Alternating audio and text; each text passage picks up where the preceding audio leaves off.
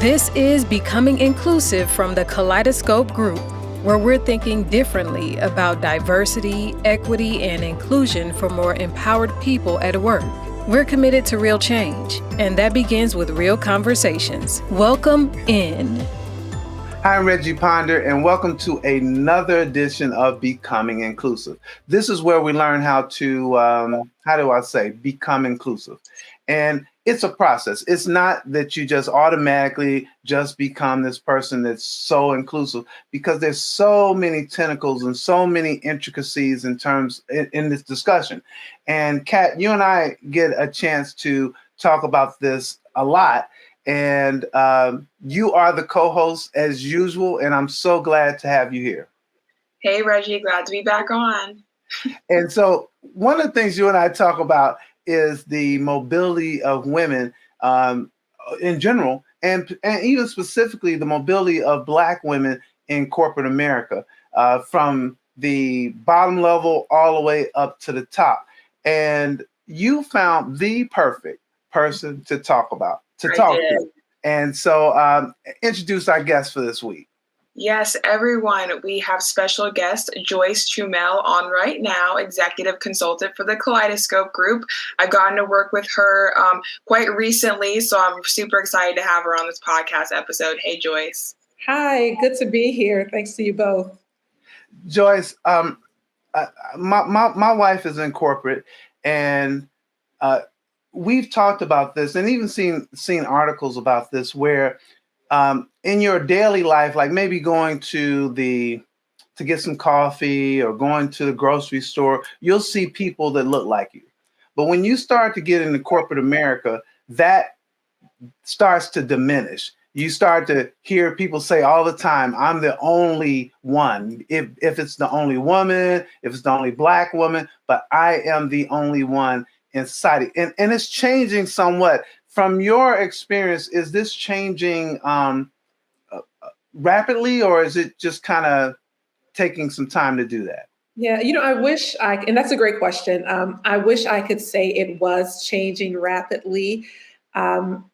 Change takes time, but sometimes the amount of time and the effort and the energy for the change to happen can be a slow process. So I agree with your point in terms of oftentimes in corporate, particularly in leadership roles, there's not a lot of women. There's not a lot of women of color. So that does present some challenges, because oftentimes if you are newer to your career, you want to see others that look like you, whose backgrounds may be similar, because it's aspirational. It gives you hope that if this individual could make it to whatever the position, whatever the title is, that I could also make it. But it becomes somewhat discouraging when you're not able to see yourself in leadership. So I would say, yes, change is happening, but should change be happening at a more rapid and even more importantly, more intentional pace? I would say there's definitely an opportunity for that. And I can definitely say, Joyce, for me, like when I started my career, I looked around and there really wasn't anyone that looked even, like me. And I graduated from undergrad in 2015. And I just remember going, catapulting into the business world. And just like, mostly what I saw was white men that I couldn't really totally relate to. Maybe they had women assistants, but it was hard for me to kind of think about, okay, so how do I get there, right? How do I almost become a part of the boys club? It's like what it would feel like to me. Yeah, I think that's fair. Then, I think about my career. I've been in corporate a little bit longer than you, Kat, so 25 years. And the fact that I was the first and only in a lot of instances. So you think about it can be, I hate to say, it can be lonely at the top, right? When you don't necessarily have those immediate connections or the camaraderie that others may have, because I always jokingly tell people I don't golf and I don't hunt. So that automatically it puts me at a disadvantage in terms of some invitations and things of that sort.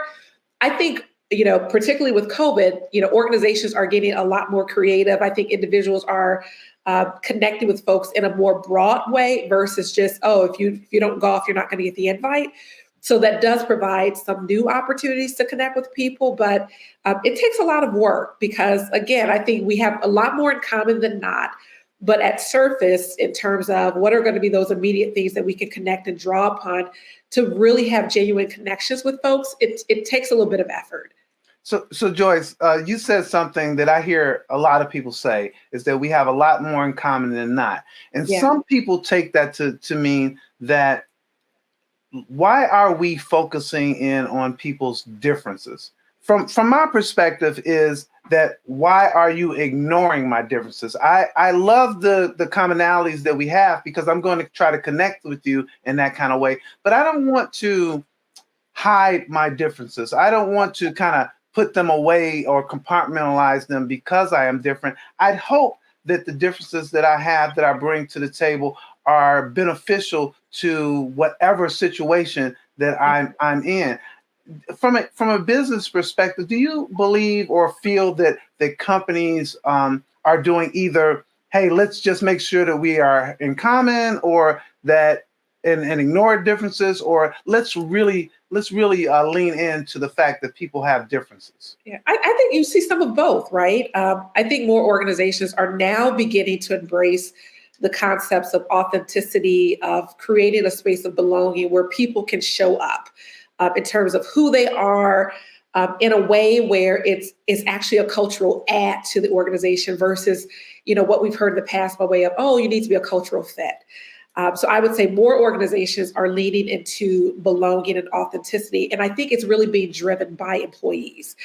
Employees just expect something different. They don't, most times it's not just about, I come and I get my check every couple of weeks. Given the amount of time that we spend at work and connecting with our colleagues, it's hard to compartmentalize and say, okay, this is work Joyce versus this is, the Joyce that my friends and family know. So I would say that there is a lot more, the conversations coming up. But then there's still some pockets where we tend to not encourage folks showing up as themselves, because sometimes it can make you feel uncomfortable, depending upon what your background might be, depending upon your level of exposure to difference, and just your comfort level. And so it's a disservice to, I think, organizations, and then more so to employees, because I think about my difference and my authenticity. It's my superpower. It's what makes I love that. So you don't want me to hold back in terms of what I could really bring to an organization, but organizations have to be open to receiving that from folks. And that's sometimes I feel like driven by like perceived consequence, right? If I show who I really am I going to get promoted? May I lose my job? Is someone going to judge me this? That's like that's a really big burden that walking around, how are you going to show up and do your best work when you're like constantly almost paranoid about how am I going to be judged today? Yeah. And you think about like a real life example, right? So this is, hopefully it's not as prevalent today as it's been in the past, but you think about like Black women in their hair. So historically it was like, okay, if I decide to wear my hair in its natural curly state, how is that going to be perceived in the workplace? Or if I choose to, you think about maybe gentlemen or even women, I have a tattoo, how is that going to be perceived? And I think a lot of times it's biases that come into play, because there could be, let's say, a negative connotation associated with some of that has little or nothing to do with my ability to perform. But it's just the conservative nature in which a lot of organizations are still operating in. And I think it creates a challenge in terms of attracting individuals who can really do some great work at your organization. But then you also think about being able to retain top talent. Folks are more willing to move on from organizations, I think, now at a greater, degree than perhaps very true 10 years ago. Yeah. And so when we look at this, Kat talked about, well, she started at this level, and you said, hey, well, maybe I have a few more years on you, but there is this continuum, and people are striving to get that next job. So what advice or what have you found and what do you see as Black women are striving to get that next job? Do you think that there's some keys to how you look at that? No, absolutely. And just really quick too, I just want to say like specifically as well, like when you're starting out, when it comes down to like looking around, of course, you're not thinking, oh, I'm going to get to the top tomorrow, right? but what is, to Reggie's point, some people may think that. Some people do. Yeah, some people do think that. I didn't think that, but for me, it was not even seeing someone like me, you know what I mean, in those positions was difficult. So I know, back to your question, Reggie, but I just, for me, I'm just thinking like it wasn't expected, but like also didn't seem like realistic sometimes. Yeah. And I think a lot of it has to do with like your journey is unique to you. I think sometimes it can be challenging, and I think it's great to be aspirational. So whatever your career aspirations are, I think that's fantastic.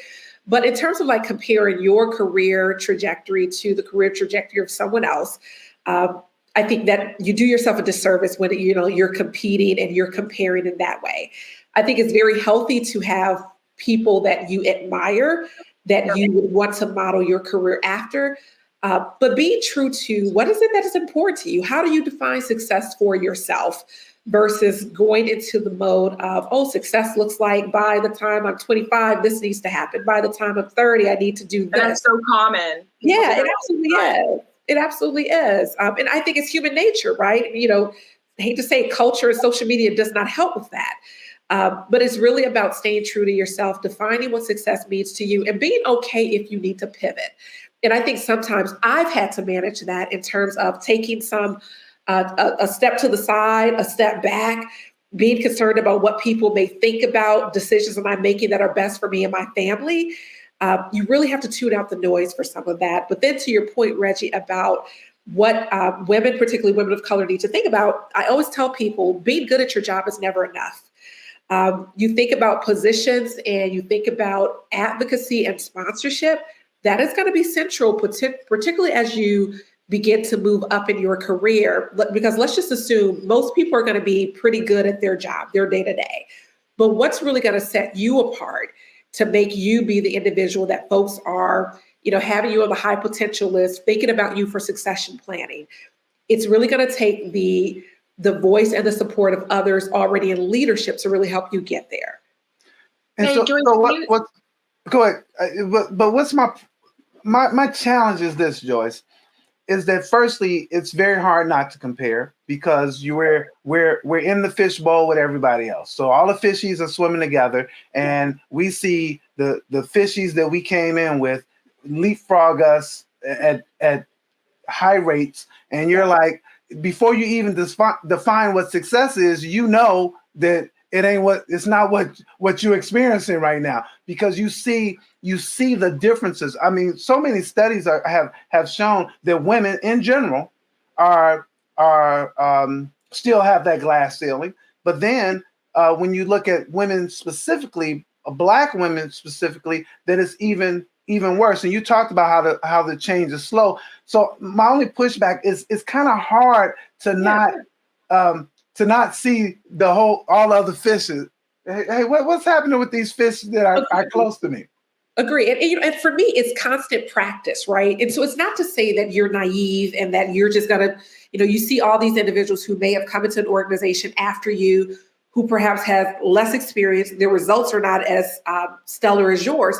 I'm not saying that you turn a blind eye to it, but in terms of understanding what is your career trajectory and what do you need? Like, what support do you need? I think oftentimes that's where, particularly women of color, we tend to not ask for help in terms of, hey, I'm trying to get to this position. Who within the organization can help me get there? Who's going to give me the feedback? Who's going to advocate for me? I think sometimes for whatever reason, we feel as if, we have to go at it alone and, we're trudging up the hill by ourselves, when in fact, other ethnicities and other people, they have people kind of like with a gentle hand behind them, pushing them along, advocating for them. We have to find ways to create that kind of partnership and relationships. And the hard reality is a lot of times these folks, they're not going to look like you.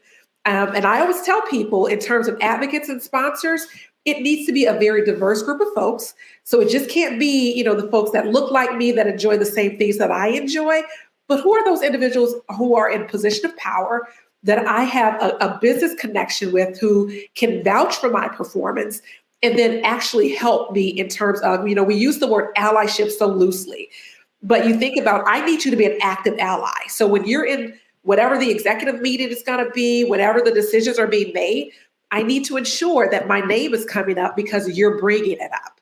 So, it's more than just going at it by ourselves. And I would say women, particularly women of color, need to do a better job at seeking and nurturing those kind of relationships.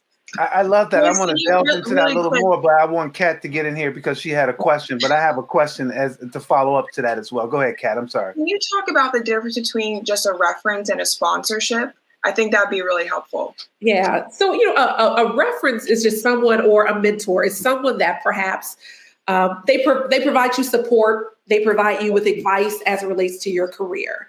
A sponsored advocate is willing to go to the wall for you. So by way of, I always kind of use the analogy, they're wearing my t-shirt. So wherever they're at, they are supporting, Joyce and what she's looking to do from a career aspiration standpoint. Now, I always tell people it's a two-way relationship by way of, yes, you are sponsoring me. I am your protege.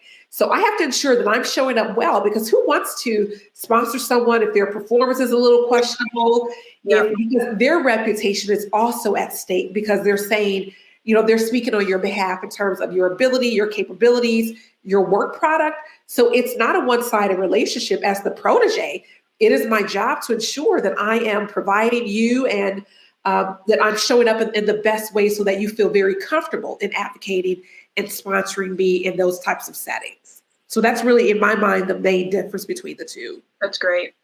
Yeah, and I love what you said. My follow-up was actually, Kat, you set me up. Thank you so much, as usual. My follow-up was in this whole thing about vouching for you. You said that someone needs to be able to vouch for your performance. And I know that the higher-ups are in rooms talking about their employees. And what frequently happens for people of color, and I know because I've been in these rooms, it also happens for women particularly as well, is that nobody's there to vouch for them in that room. So it'll be like, so let's talk about Joyce. And at least 4 people in the room will be like, well, I don't know Joyce. Well, remember, she's the one who worked on, oh yeah, I remember Joyce. She worked on that project, but they don't have that they're not wearing that t-shirt. So I'm still like, Joyce, I'm going to steal that. They're not wearing that t-shirt. So talk about that. Yeah, I think that's a valid point, right? Because I think sometimes, and even I'll admit early on in my career, it was just like, oh, I'm going to do a really good job. I'm going to do good work and people will notice me. That's not the case. You have to do more than just a good job and, having good reviews. So for me, it's all about providing and putting myself in spaces where people can see me in the business context. They can see the work that I'm doing. They know me well enough to say that, oh, she led this project and these are the results. So you really have to give people something to talk about. And one real life example that you could consider would be in terms of like employee resource groups or business resource groups. I always tell people leading an employee resource group at a former company, it really gave me visibility to other senior leaders throughout the organization that I otherwise would not have had access to. Because I think about the executive sponsor of that group, he was actually the CFO of the organization. So when else will I be connected with the CFO just in day to day? So the fact that we were working closely together, he was able to see my leadership capabilities. He was able to see the fact that, my business acumen. So really putting yourself in position so that folks can get to know you in a business context and not just, oh yeah, I saw her at, we were at a networking event and we had a cocktail. That's nice, but they need to be able to vouch for your work product. There's so far I've gotten a couple of really good nuggets, and so I'm taking notes over here just so you know this. And the first one is to define success. Yes. Whatever how that should look for you, what you think success is, and what I got from that is to not necessarily try to make success look like everybody else. Okay. See what you need and define success. The other thing that I got from you is to redefine success when necessary. You talked about pivoting, and so I'm listening, Joyce. I'm listening. And you talked about redefine success, and then the third thing that I'm getting is this thing about making real, meaningful connections with people. That good work is not enough. So absolutely. I got 3 points out of this already, and but if good work is not enough, then doesn't the meritocracy that people talk about, doesn't it kind of fall apart? I mean, it's not an either or, it's an and, right? So you do need to be good at what you do. The meritocracy does need to be there. But let's just be honest, decisions are not always made based upon that. Decisions are made, let's assume with that in mind, but then also in terms of who are you personally connected with. And I think that's a harsh reality that sometimes within corporate, we don't want to acknowledge. We don't acknowledge that it's, yes, you can have all the results and, do all the things that are required of your job, but you will need individuals who are advocating and really sponsoring your career. There's really no way around it. And, I will challenge anyone who tells me differently, because again, I've been in corporate for over 20 something years. And I've seen that happen just by way of, and even for myself, and it's not a negative because I'm good at what I do, but I also have had people that were advocating and pushing for me within my career. So again, I don't think it needs to be an and or, but it needs to be both the meritocracy as well as individuals who are willing to advocate for you. And to a point though, is corporate where you want to be? Do you even want to do all of that? Because getting real about that is also what's important. And that's where, don't hesitate to pivot. I think sometimes with this pressure, when you get out of school, you need to go corporate, you need to do all this. That's how you make a lot of money, that kind of thing. But it's like, you don't have to play the game if you don't want to. Absolutely. I completely agree, because when I think about my career, the things that were important to me 5-10 years ago, my priorities have changed because life has happened.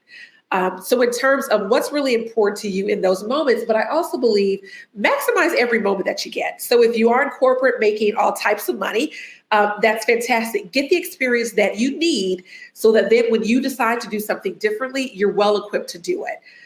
So, my thing is you maximize every moment that you have, every job assignment, every move, every organization that you're a part of, and you get all that you can get out of those experiences. Because think about it, it's like a toolbox. You want to continue to add to your toolbox so that you then, as you decide to do something different, you have a lot more flexibility and you have a lot more choices that you're able to choose from in terms of, okay, what's important to me and what do I want to do next? So I love this, Joyce, this whole thing about maximizing every opportunity. I have a issue about how do you maximize every opportunity when you don't know what you don't know? So being in corporate, having been in corporate for a long time, I'll just talk about money, for instance. Yeah. I didn't know that people were getting parking allowances. I didn't know that there were ways to increase my stock options. I didn't know that as it relates to stock options, that I could get bonuses in stock options, that I could defer those bonuses, that I could do a lot of things around the real impact of the money. So I love this whole maximizing it. But what is your thought on not knowing what you don't know? Yeah, I think that's fair. So a couple of things. I always remain curious. So, I'm of the opinion that questions should be allowed, right? So if you are getting a merit increase, a bonus increase, my question is always, well, can you give me the behind the scenes as to how did we come to this number? So as opposed to just taking throw out a number 3%, I just want to be clear just for your own understanding. So asking those questions about what's available. Most organizations will have a benefits department. So asking questions of the benefits department in terms of, hey, I just assumed this role. I want to make sure that I have visibility into everything that I have access to in this particular role, asking those questions. And then also outside data never hurts because it validates whether or not you're maximizing and getting everything that in similar positions in similar industries that they're paying, whether it's account payment or whether it's stock options. But then the last thing, I began working with a financial advisor probably about 8 years ago. And just the questions that my financial advisor is, again, I'm not the expert. So if they're giving me well, consider this, ask this question, then I'm able to ask more informed questions of individuals who are managing that within an organization. So I think it's really your responsibility to tap into inside your organization for those type of information, but then also outside external partners too, just so that you you don't know what you don't know. I think that's fair, but there's a lot of information out there. So you really can't use that as an excuse to remain uninformed. Utilizing resources. Yeah. I love that as well. And it's so helpful because the key word that I'm getting from you here is the word curious. Absolutely. We had this discussion about what curious means on another podcast, but I know exactly what it means here. It means asking these questions that you just put forth. And I think what I also hear you saying, at least, and this is how I feel, is that unfortunately you're not going to know it all. That because you just started working with a financial advisor, I didn't start working with a financial advisor until later on in my career. So there were questions that my financial advisor, I was just shaking my head when you were saying this. There were questions that my financial advisor was like, what about? And I was like, huh? Right. And so I didn't know that when I was first getting, and I wish I had, because I learned about a donor advised fund, and I had never didn't know what that was, and I tied to my church. If I had a donor advised fund way back then, I still could have tied to my church, but it would have had some different type of tax ramifications. So what I also hear you saying is that you got to be as curious as you can, ask as many questions as you can, but know that it's a journey. It's a journey. And that's why I think your first point is define success for yourself. And then your second point is redefine that so that we can learn how to pivot. Yeah, no, absolutely. And then even going back to your point around the financial stewardship piece, that's what I like to call it. It's financial stewardship, because a lot of times organizations will provide most employees with access to resources outside of the organization by way of helping to provide some of that support. Leverage all of it. I mean, you may not, and it's not just about, oh, I'm wealthy or I make this amount. Even if you are just starting in your career, that's the best time to have a good handle on how do I maximize, how do I leverage, the different benefits. What are some things I need to be doing from a tax standpoint, savings standpoint? The earlier you start, the better off you are in positioning yourself. So if you do decide to make a pivot, you're not necessarily concerned about, I'm not able to because I can't afford to, or things of that nature. I think there's that element of fear again, right? What's fear of asking questions sometimes, fear of what if I do this, fear if I do that, but allowing fear to direct you may lose out on a lot of important opportunities and things that may at first seem really scary, but may have the biggest benefit to you. And so I think not letting fear influence your decisions is a huge step in that direction of taking ownership of your future. And then you think about what's the worst that could happen. Right. So you ask the question and it might be a no. I mean, what's really the worst that can happen? And even if you think about, even if you take an assignment, within an organization or even outside of your organization, and you're like, after a period of time, this perhaps was not, I thought it was going to be something else, and you need to make a decision as to, do I move forward or do I decide to do something differently? What's the worst that can happen? You get another job. That's true. So just kind of getting out of the mindset of, this decision is going to be the end of the world. Most decisions are not. But I do think it takes, I always tell people it takes one time to jump off the porch. Once you jump that first time, every other jump is a lot easier, because that I have the capability to, if you fall, I can get back up again. If you just develop a confidence in yourself. But usually it's that first jump that sometimes can be the scariest. And then I can resonate with that. Once I started asking questions, and then also asking for what I need, and telling and asking for what I need. When those two can meet, opportunity usually presents itself. Absolutely. And my thing is, if you're not asking the questions, we talk about having sponsors and advocates for us. You are your first sponsor and advocate. So if you're not advocating for yourself, you're doing yourself a disservice. You're selling yourself short. So I'm a firm believer in asking for what you need. And being okay with it, being okay with being vulnerable. And I think sometimes it's the vulnerability piece that sometimes we struggle with, in terms of, I don't want to seem as if I need help with this, or I'm not proficient. Everyone needs help with something at some point in time. So, just kind of relinquishing that hesitation to really state what you need. And Joyce, we're absolutely going to have you back. But before you go, I want to, because we talked a lot about the individual, and I like that because we talked about really the onus that the individual needs to do. Be curious, ask questions, be their own advocate. All of that, which is really important. Are there, just quickly, are there some things that you think that the organization needs to do as well? Yeah, no, absolutely. Again, I think it's a two-way street, right? In terms of employees have to show up and have to advocate for themselves. But I also think organizations have to become a lot more intentional about their desire and the action that they are going to take to ensure that they have a diverse but also an inclusive workforce. I think about, I guess almost 2 years ago when the George Floyd murder, and you saw a lot of organizations and leaders stepping up on LinkedIn with platitudes and, we believe this. I think that's important, right? Your words are important, but the actions behind the words have to also match up with that. So for me, it's all about action. And if we say this is a priority, if we say it's a priority that we have an inclusive organization and that we're looking to, develop the best and brightest talent, it has to be reflective in what you're doing and reflective in the people that you are hiring and promoting. If you're not actually doing it, you're just talking at that point.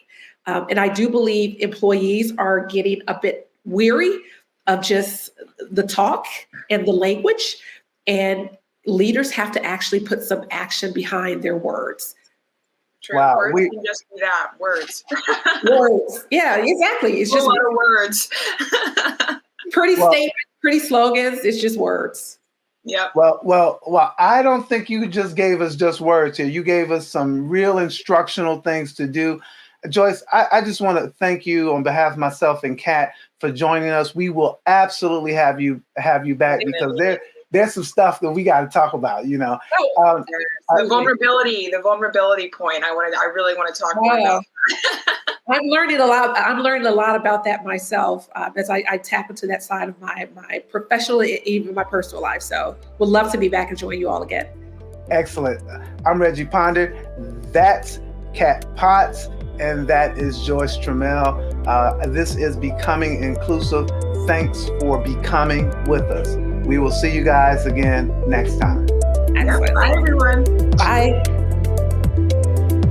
Thanks for joining us, and a special thanks to our subscribers. Consider becoming one today. Becoming Inclusive is presented by the Kaleidoscope Group, your full-service diversity, equity, and inclusion partner serving clients worldwide. Learn more and continue the conversation at kgdiversity.com.